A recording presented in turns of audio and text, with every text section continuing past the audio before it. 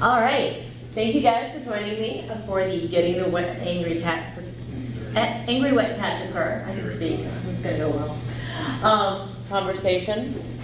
Essentially, the sum up is that a lot of times we're all trying to be positive. We all want to feel good, sound good, all these great things. And in the process of trying to soften everything, we're losing our skill sets to deal with it when it goes wrong. And inevitably, something is going to go wrong. I mean, look at that. Look at that face. How many of you have seen that on a client's face? How many have worn that look when talking to other people, in or out of their team? Yeah, it happens. And we need to sit here and talk about how to embrace that, how to learn from it, and how to take the next steps.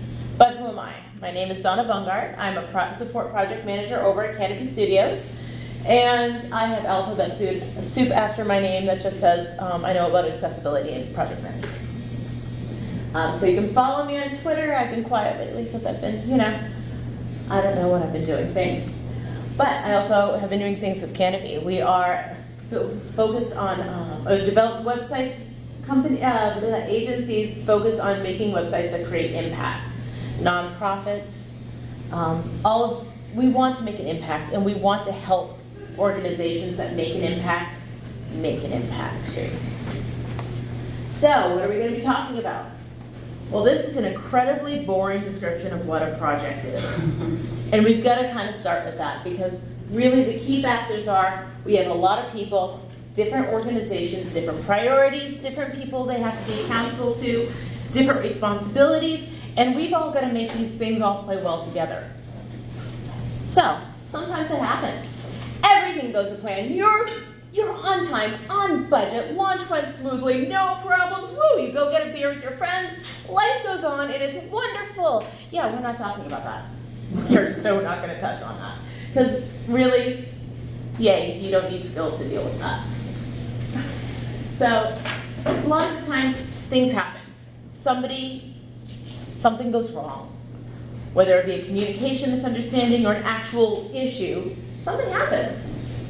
And stakeholders aren't happy, which then brings budgets into play and all these other things that, well, you actually got to worry about. So, we need to talk about how to deal with it. There's never going to be a perfect project. We all pull our hair out a little too much. Even on the ones that go smoothly and you're all celebrating later, there's that moment where you're going to be pulling your hair out. Probably. So you have great teams, and if you have great teams, it means you have to communicate with each other. So what we're going to first off talk about is herding the cats. And this is the only overview boring bullet list I'll give you for now. You need to talk about who does what and hold them accountable. You need to discuss how you are going to talk to each other so that way the guidelines are set. I have one client, one stakeholder's in England, and my awesome developers on the Pacific coast of Canada, and I've got to set meeting times. We have other clients that are in Australia with, Central or East Coast players. You've got to figure out how to talk to people and when to talk to them. And I'm kind of skipping ahead to the next slide. We need to figure out what success looks like and what is the minimum product you can create to help your client achieve those goals in that time frame. And then you also have to always keep in mind the long-term goals. What you build today isn't going to do anybody any good if with tomorrow's functionality request is going to blow it all up. And it's about being flexible or being nimble. So who do we have in the room with these projects where we're pulling people together? We're having stakeholders. A lot of the times these days, these are marketing professionals, we have technology professionals, we've got our internal teams of PMs, developers, designers, strategists. We have all of these people on our side, but their stakeholders can have a lot of that mirroring effect between their marketing and their technology teams. So we have all of those. Did it work? No, almost. Oh, you're awesome. And the dentist drill is off. You made me so happy, thank you. Almost. No. Well, just keep doing that the whole time. Just go for it. It's not going to be distracting at all. Now you have something to do. I'm impressed with myself. I've did this many times.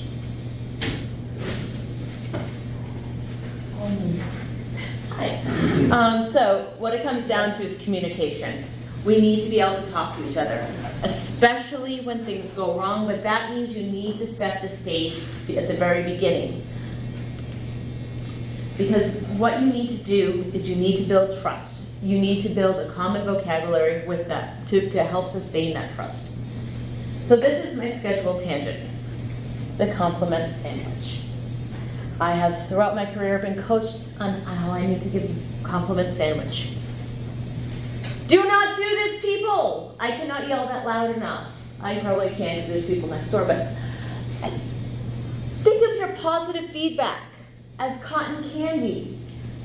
You hand someone cotton candy, they grab it, and it's awesome, and it's sweet, and it's great, and it's wonderful. And your negative feedback is a sea urchin. And you handle that a little more gingerly. You're gonna study it, you're going to respect it because it has spikes all over it. But it's a little smelly. It's not entirely the most pleasant thing in the world to hold, but you can learn a lot about the sea urchin by studying it and learning about it. The compliment sandwich is when you take a sea urchin and wrap it in cotton candy and hand it to somebody. Visualize that for a moment. That is not a pleasant experience. This person goes to grab their cotton candy and get poked, and it's hurtful and it's hard, and the next time you give them cotton candy and that positive feedback that they've genuinely deserved, they're not going to trust you, and they're going to be very careful and really hesitant and not take it in. It breaks down trust. Anytime you need to repair a relationship that's going off the rails, it's because trust is a question. Trust is in question.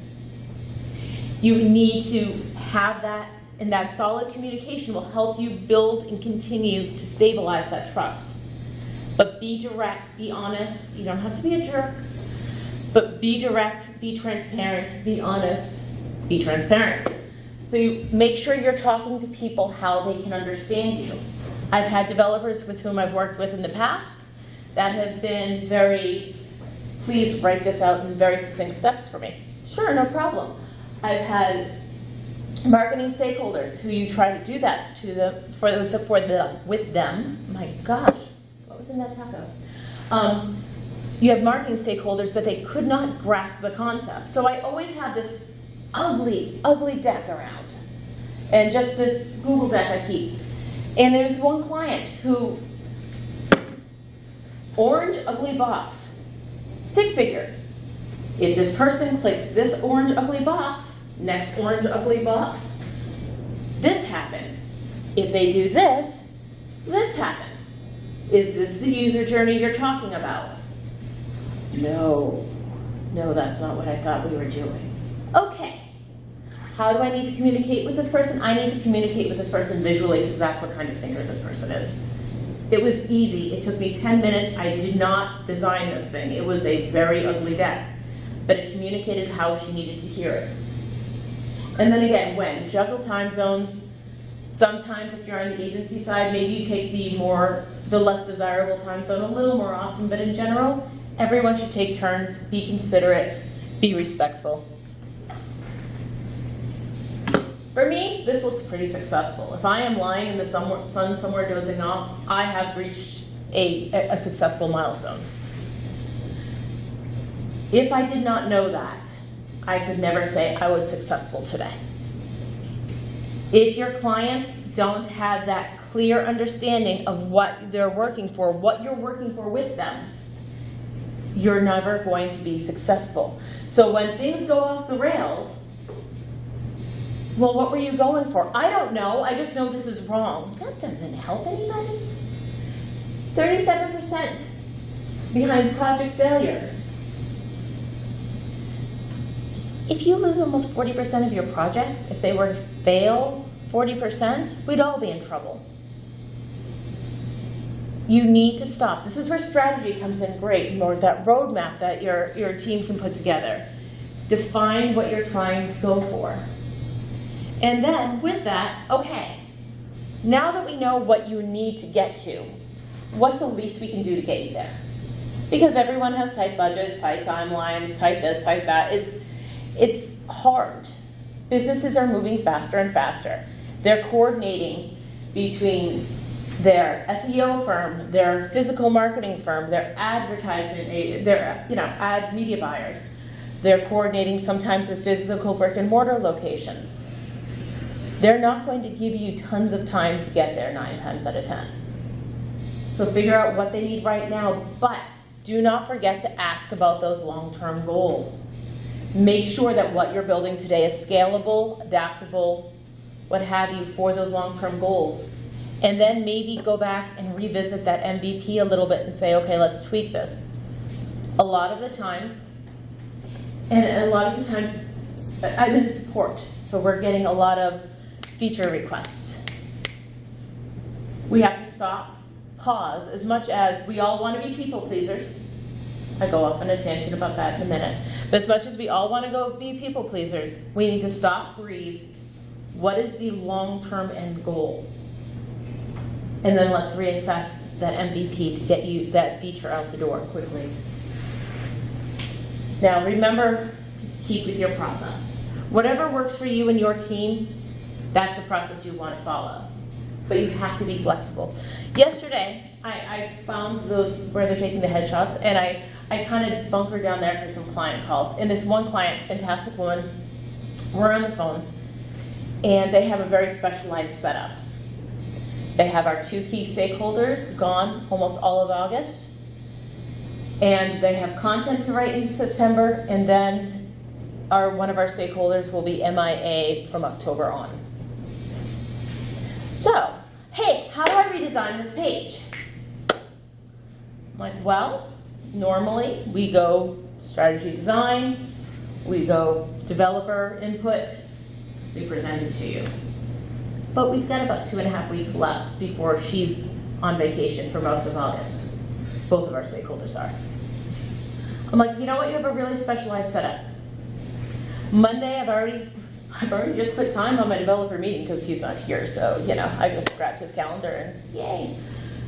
And we're going to sit down with your developer and find out what have other people done with your customizations to achieve this goal, and then we're going to bring the designer in after to make it look good. We are flexing the process, not because it's something I want to do, but because our timelines are going to need us to happen, because we need to get to a certain stage before everyone takes off for holiday. It's that balancing act. But in that story, I analyzed what the situation was, I analyzed what the client's needs were, I analyzed what their end goals were. We adapted to make sure we could meet their needs, and we're working on improving the situation so that way we can make it work better, faster for them. So empathy for the hiss. This is where we get to the meat of it of, okay, something's gone wrong. A hiss can be a good thing. Hearing negative feedback is a good thing. Not everyone, a lot of people feel very strongly that we have to always present a very nice persona. If this person isn't saying it to you, if your client and stakeholder isn't saying it to you, they are saying it to someone else about you. If you are talking to the person regularly and they are comfortable coming to you with this, that is actually a sign of trust. There's some people out here who are just kind of volatile, I'll admit that, but that's not usually that's actually good too, because you're learning something, you're understanding it. You have all sorts of things you can learn for a hiss, and it is a very good thing. Only by hearing what is unacceptable can you work backwards to get to something acceptable. Only by having them talk to you or not to someone else does it give you the opportunity to take care of it and move forward. So, how to get them down? The short version is listen. You have to listen, and you have to determine 3 things. Where this complaint, concern, issue started. Is it them? Is it that they're under incredible stress and the person 3 rows over on IE11 couldn't do something on their antiquated machine? Where is this coming from? Who is the data source? I one time had somebody discuss said how they showed the website design to their 11-year-old daughter and she didn't like it. It was a hospice site. That might not be the most relevant data source. And again, go back to defining what success looks like for them. Okay. Which audience are we talking to? Do we need, is IE11 a success point? And if so, what percentage of your audience is using it? I saw you laugh, and on one hand, you're right. On the other hand, in a lot of corporate or government agencies, IE11 is very much alive and ingrained. I worked recently, in the last year or so, I had this, again, wonderful client, but their partners were a corporate entity, and their C-level partners all use IE11. And they were going to lose their funding for the website if we didn't make it backwards compatible that far. So as much as we laugh, that's a very real scenario that most of us are dealing with on a regular basis. No, I laugh because it is relatable. I work almost exclusively with government. Oh, I'm sorry. In that case, yes. Feel your pain, sir. It is a challenge, but what kind of things can they tell you? Very often, I find the hiss comes from somebody didn't understand something along the way. Maybe they don't understand Drupal. Maybe they don't understand the process. Maybe they don't understand what's expected of them in the review process. Maybe you use the term, well, it's not on production yet, and they have no idea what that word means. It's not live. Oh, okay. There may have been a poor communication. Maybe because they don't understand, they communicated things differently. Maybe one of their stakeholders, the people they answer to, had the scope change. And maybe these people are under stress. They don't need to show value to their boss, and they're freaking out at you because you're not helping them do that. Now, we take a look at these things and we're like, okay, we can think about them. But if we really dive into them, these all are just a communication. These are all a conversation that can happen, and you can turn things around. Stakeholders need help showing the value. I had somebody saying, how did we use our support time? I sent her a chart of this is the percentage we did here, this is the percentage we did there, these are the wins we had, these are the values you can share. Wrote back later, thank you so much. I was able to share that internally. Thank you. That was helpful. The priorities have not been communicated. This person, if their stuff is shifting on their end, you know what? The website isn't the only thing shifting. Everything in their world is shifting on the dime of that person, their change in priorities. You're only seeing the stress from one facet of a very large rock. Keep that in mind. If you have empathy for that, you can start talking to them and ask them about the things that don't affect you. Ask them about their media buys. Ask them about their print. How is that event going to affect your time frame? Do we need to move meetings or cancel a meeting to make this easier for you to accomplish? Talk to them like a human being. And that lack of understanding, well, there's always training. So, a lot of people, myself included, when we hear somebody hissing of, your team didn't do this. Well, I want to defend my team. No, they worked their tails off trying to get this done for you in the time frame, and we did our best within the scope, and blah, blah, blah, blah, blah. But if you defend your team, they're going to not trust you because it's going to suddenly be us against them. If you ask for help from them, look, I want to help you. How can we make this right? What do you need to feel more confident in this? What does your team need to accomplish? What are your goals to come out of this? You have that event. What do we need to do? Do we need to change the meeting schedule? Do we need to change the timeline? What do we need to do to make this easier for you? Help me help you. You find out, and then you can be like, oh, well, our team did this, and this. This is the value we provided to you so far. We're happy to help you with this other stuff. But we've already provided all this value that we could probably use in X, Y, Z way. And you're going to be able to accomplish some of those goals. the shoulders come down. You can watch their body language often. The shoulders come down, and they breathe a little slower. It keeps the open communication. Suddenly you're their partner helping them. You're not somebody saying, my team did this. You did say my team took care of this and added value, but you weren't defensive about it. You did say all of the things, and you heard all of their negative, all that hissing, and you turned it around to, great, let me help you. And you laid out a hand. You're going to become part of a larger team. So with that, you're able to help them more. And frankly, client relationships, customer service, it's all really about just helping each other, right? I mean, we're an open source here. We kind of already get this concept, guys. We're doing this all the time. Hearing the negative is the best part. Maybe not the most enjoyable, but one of the best parts of that open communication, because it gives you the chance to build that camaraderie, strengthen that relationship. And you know what's going to happen next time they're freaking out? They come to you for help. They're not going to come out guns blazing, all freaked out and hissing. They're going to be more likely to ask you for help.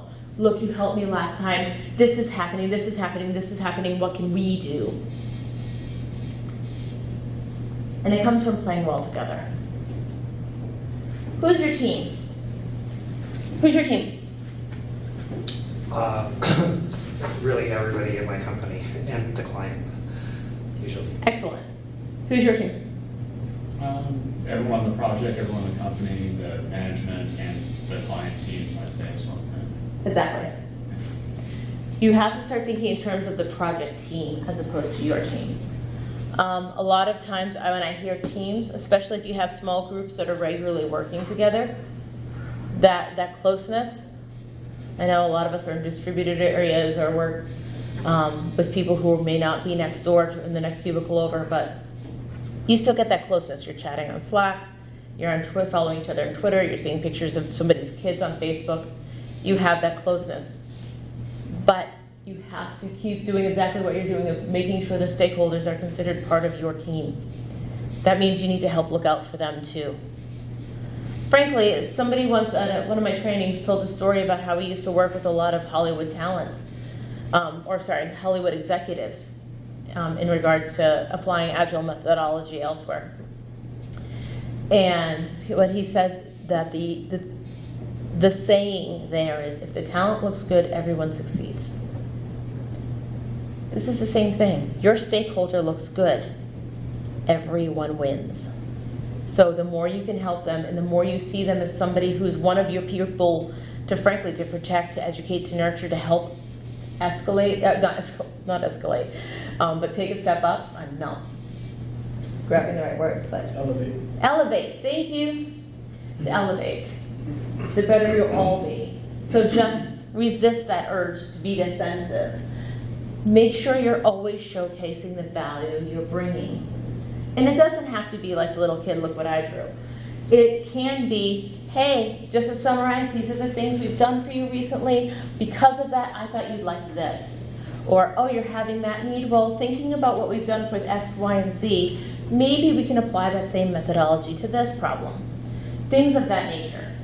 Always think about how to showcase the value as you're talking about other things, because it's going to just make them feel more comfortable of, wow, okay, this is my partner. And when you're doing this, this is the time to speak positively. There's something next. Okay, well, we are not going to be able to get that done in the time frame that you're before your event, physical event. So let's do this MVP. Let's talk about a phase 2 here, and phase 2 is one of my favorite words, or sets of words. You know what I mean? Phase 2 is awesome because that says that it does more than put off the work because there's no way you're going to get it done in the timeline. Phase 2 says, you know what? I'm here next month. I'm here in 6 months.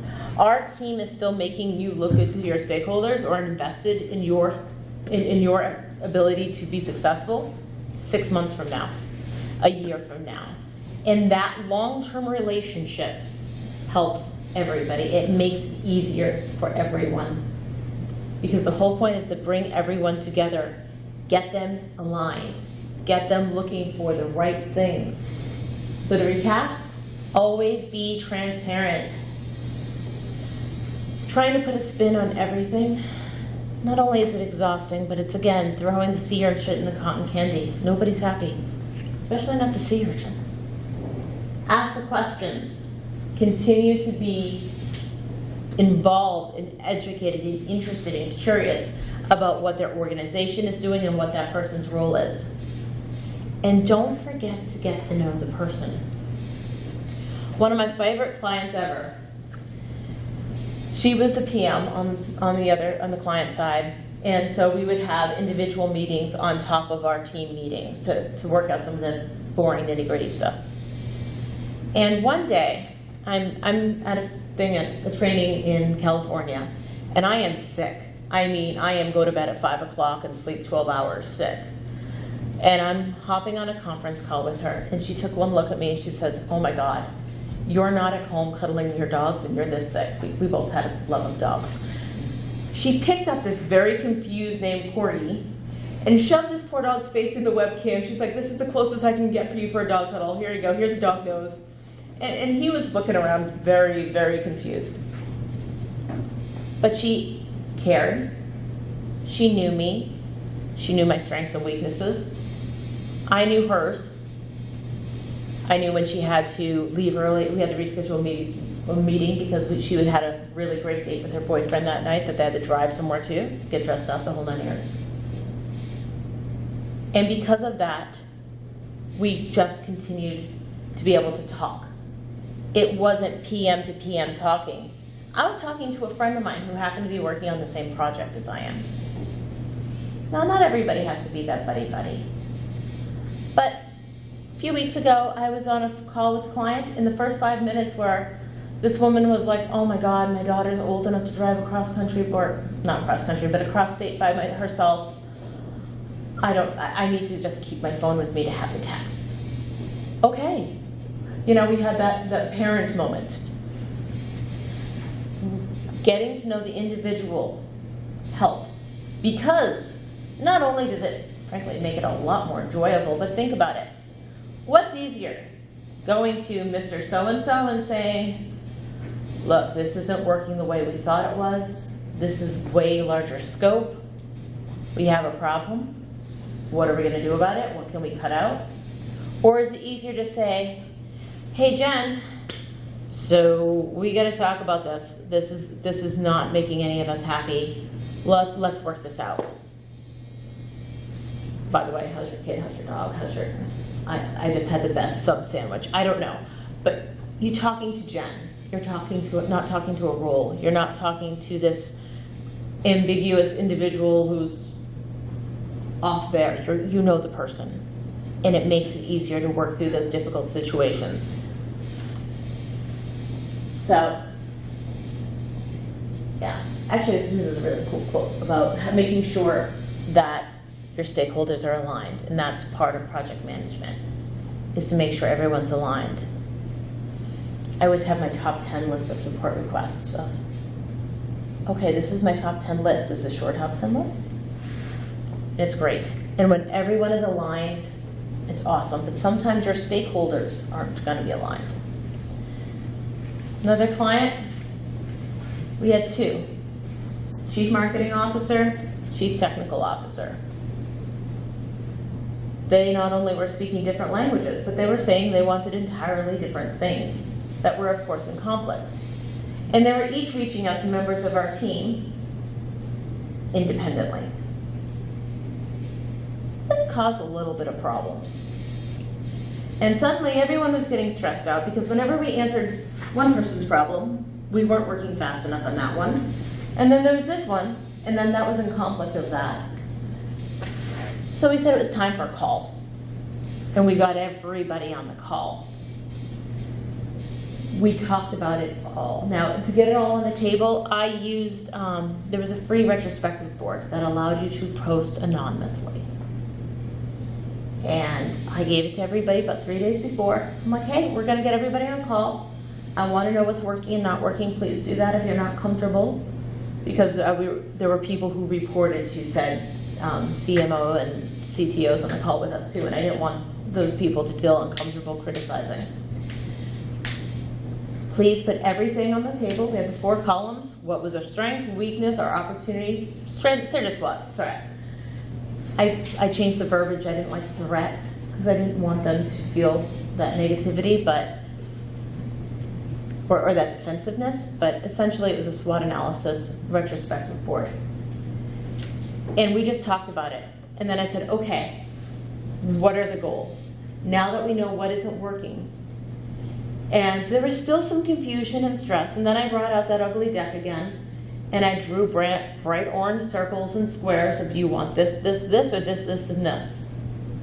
And in that process of starting with everybody having a chance to say what they thought, bringing it to discussions of everybody, what they're willing to say in front of the whole team, to visualization, because this was another visual learner, of what's actually going on and what do we want. Somewhere in that process, we got a vocabulary. And not only did we get a vocabulary with us, but we got a vocabulary with their stakeholders. And because their stakeholders began to understand each other, they got more in alignment. In the areas they weren't in alignment, or typically in this particular case around timeline, they started working with each other. Getting it all on the table and discussing those needs, that can be done with tools. Tools we're already using. We're already using retrospective boards. We're already using Google Slides. We already have the toolkit, but we just have to define it a little differently. And as soon as they're in alignment, your job's going to be a little bit easier to set those priorities. Make them accountable. Make them a part of the decision-making process. In some cases, yes, you have to have a tech lead look and say, yeah, we need to really update your Drupal core before we touch anything. Yeah, I love it. There are times you have to do that. But after that, setting those priorities together as that larger group team is going to get everyone's buy-in. Everyone felt they had a voice. Everyone felt a part of the process. Everyone is going to be able to enjoy some of the success when you're done. But it's a matter of getting them there. And frankly, when they're up there on the ceiling, that's just not productive. It's not going to help you. Sometimes it's not as easy as having that hey Jen conversation. Sometimes there's some really big things going on and they're just freaked out. So again, ask why. Why is this happening? Maybe the progress wasn't well, again, it's a communication breakdown. I'm not going to read it to you. Maybe it was a communication breakdown. Maybe there's a lack of understanding or education there. This is one that I think is the hardest. What if your client's company culture breeds success? There are workplaces that do that. They're highly competitive, high stress, high this, high that. It's hard. Or the client is focused on the wrong definition of success. So to address each of these, the process of progress wasn't well communicated. We have tools for that. You have your weekly or bi-weekly check-ins. You have email. We have Jira boards, teamwork boards, whatever board you're using. You have ways to do that. So if your client is feeling stressed, okay. Hey, every Tuesday and Thursday, want me to take 5 minutes and just give you a quick update on the tickets? The high priority tickets? Sure, no problem. Send it out like that. Maybe if there's an education point, that'll start a question, things of that nature. Company culture, that's when the hey Jen conversations come in handy. If they're stressed out in culture, make them come to you as the safe haven. Or not make them, allow them to come to you as that safe haven. It's not going to change the fact that the things are going to be stressful or changing quickly and pivoting on their end, but it's going to change the way they approach you about it when it comes time. And then if they're more focused on what date the launch is versus what their definition of success you already agreed upon is, find out why. Is it that there's a brick and mortar event happening somewhere and they actually need to make everything line up? Or maybe it's something along the lines of they just got fixated on the wrong part because somebody upstream said the same thing.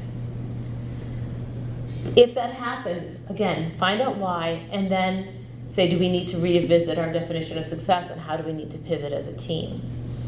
Can it be being nimble, being flexible is one of our core values.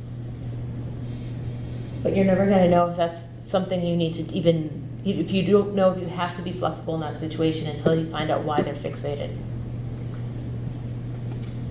So this is terrible. What if your team was wrong? We're talking about all these situations where it's communication and things of that nature, but what if your team actually did something and it broke the site? Yeah, we can go back and back up, but what if your team did something just plain wrong? You have a staging environment with this fantastic feature that does not do what was in the SOW. Oops. You own it. We always want to, put that positive spin, that cheerful, hey, but this is a benefit too. You're selling fish. The sneaker site is going to be a benefit. It's a website. No, own it.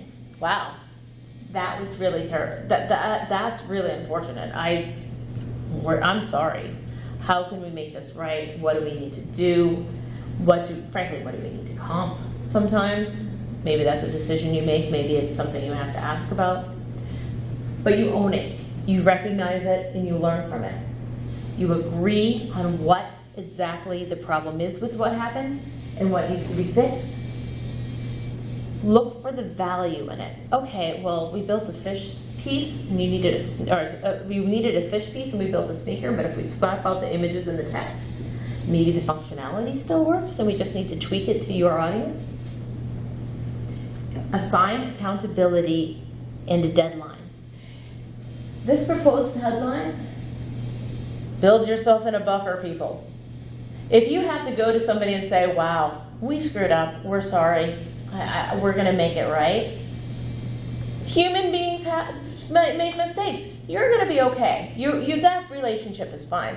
If you have to go back and go, well, you know how I said that would be done? Hey, that's not going to work. Build in a buffer. Because at this point, you're already admitting that you screwed up. Don't make a mistake on when you're going to be able to deliver. And if you're just not sure, tell them that. This is back to being transparent. Look, this is the range we're going for. We're going to try to get it done in that range, but to be honest, we're afraid that once we get a little further into the discovery process of what the code is, maybe you had a custom module, yada, yada, yada, we might have to adjust that. If you don't know, tell them. It's okay. Now, sometimes, my favorite, you gave them exactly what the scope of work said. You did everything according to the discovery. The goals and the KPIs are being met. Everything was on the dot and they're still not happy. That happens. They're still not happy and you delivered exactly what was promised. Well, a couple things to do. First, find a common ground. Okay, Jen, can you tell me more about what you're concerned about? Can you explain where we came out of alignment? Let's retrace our steps a bit and come to the point where we both understand what was expected and why there's a deviation. You determine what it takes to do that. You get your estimates, you get that range. And then deprioritize something else as a project team to accomplish this. I'm going to say that again. Deprioritize something else. Drupal is full of people pleasers. We all go, well, it's only another hour. I'll just put it in tonight. You know what? I won't go out tonight. I'll just do this. You know what? It's Saturday morning. I don't have plans till later. Go get a cup of coffee, people. Get the hell out of the house. Leave the computer alone. This was not your fault. They've agreed it's not your fault at this point. As much as you want to make someone happy, have a life. Do not go into the people-pleasing mode. Your time is of value. You are of value. This whole community is made up of incredible people who will give each other their shirt off their back. But we don't unplug when we need to, which is why we also have so many talks about burnout. This was not your fault. Deprioritize with them something else so you get to have a life and make them happy. Sorry. So, I love that picture in the background. I used to have that right in the foreground because it's just horrible. All right. So let's go back. Recap. What to avoid when things go wrong. Very point. Oops. Hi. Click happy. Don't get defensive. Don't sit around thinking about it. You know, it's really easy on your internal team after to go, oh my God, did you see how stressed out that person was? Oh my God. You can say, wow, did you see how stressed out that was? You know, what are we going to do to help them? Or, wow, that was a really frustrating call. But I've seen in some smaller teams where that you all start building off each other. And then it becomes that us versus them.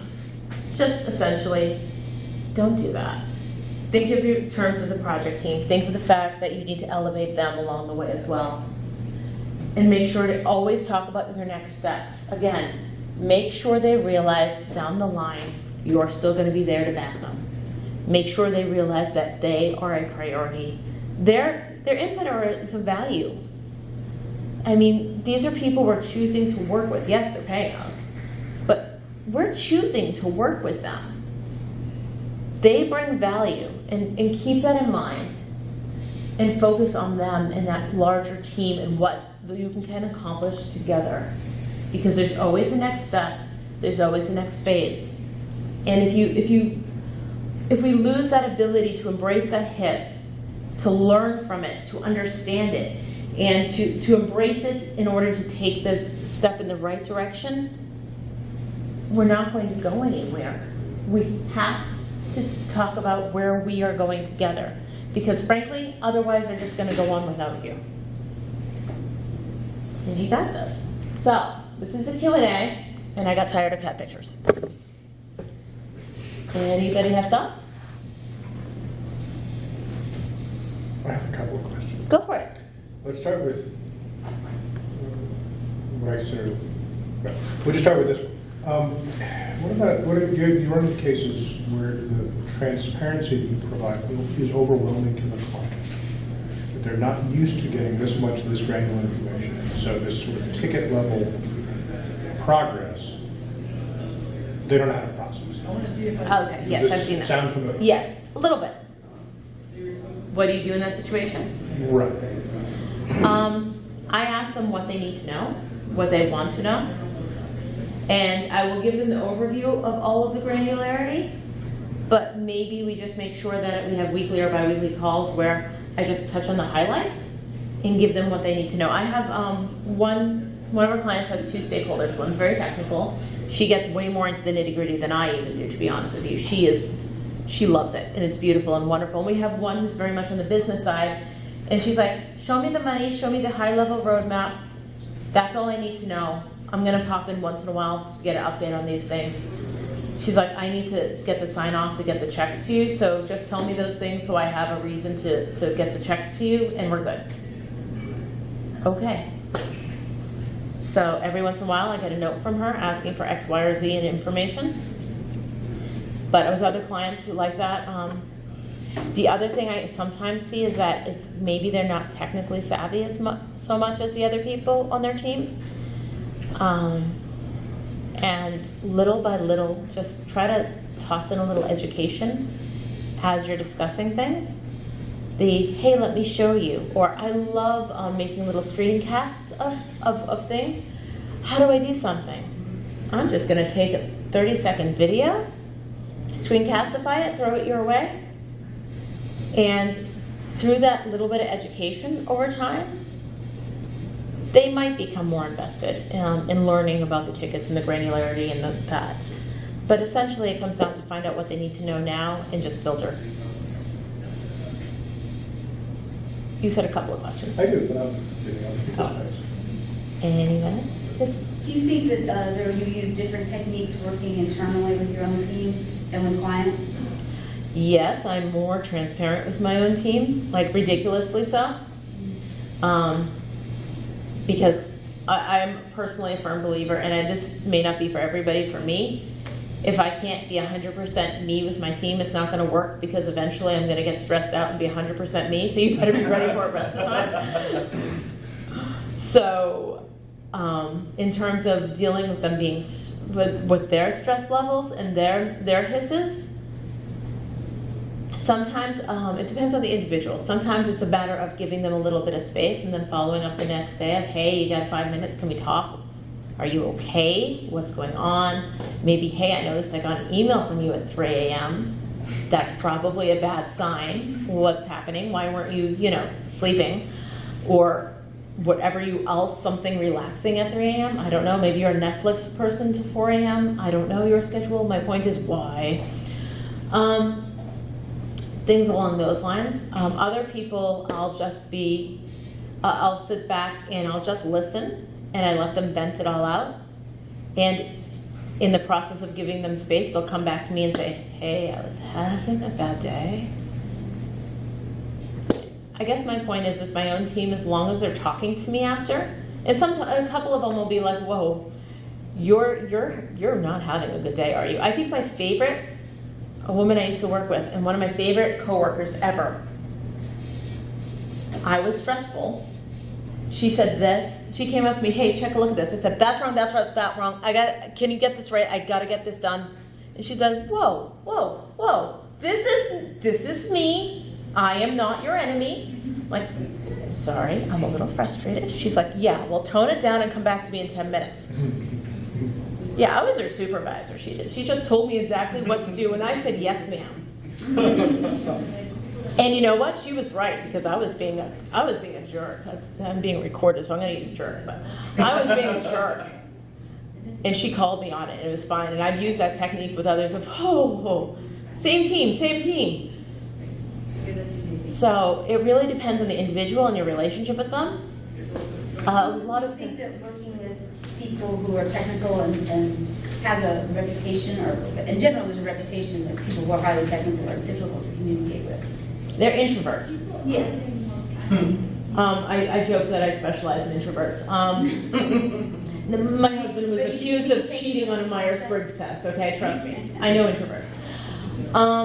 The key with introverts, and therefore a lot of technical individuals, is to get them to invite you into their bubble.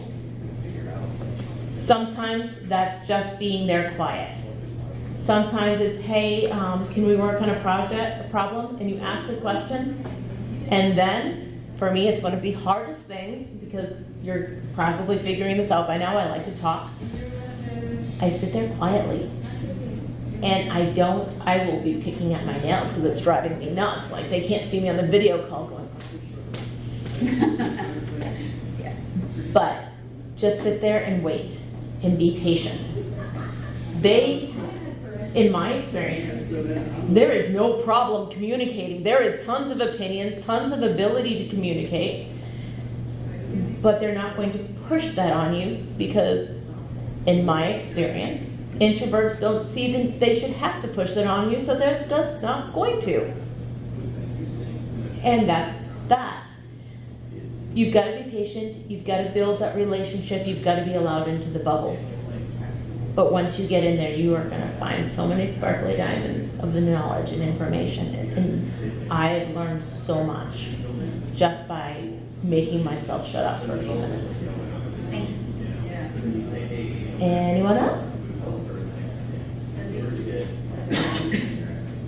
What if your client regularly changes their perception of reality? That is so PC. What if the client regularly changes their perception of reality? If they take psychedelics. I mean, it's like, okay, we've had situations like, okay, project went off the rails, let's talk about what we need to do to make everyone happy. Yeah. Document the plan, have a round of revisions so we're all on the same page, and then deliver. Oh, that's not what we agreed to. Okay, I mean, and it in some cases I think it's becoming a systemic thing with a very small subset of client, right? You know, it's. Again, this is familiar too. There's two things, approaches, and actually I had forgotten to put a slide in for one of them, so thank you. The first would be document everything, record your Zoom calls, make sure conversations go through a Jira or Teamwork or whatever you're using, and then reference. If you have, your Jira ticket or what have you, say, look, on this comment, you mentioned this and quote them, can you tell me what the misunderstanding was? Again, phrase it as a, I'm having a problem understanding what you want, so they're not feeling defensive. Everyone wants to tell you how they were right. But by quoting them, you're pulling it out and putting it on the table. You're being transparent. You're not being accusatory. But this is what you said. Can you tell me? I interpreted it this way. Can you tell me where we were out of alignment? With some people, I'll even go as far as to say where I went wrong. But I wouldn't in that situation because they seem a little bit unstable. And if you invite them to tell you where they were wrong, that could go poorly. I'm at time. Shoot. And we can talk later if we need to. Can I ask one question? This subset. Sorry.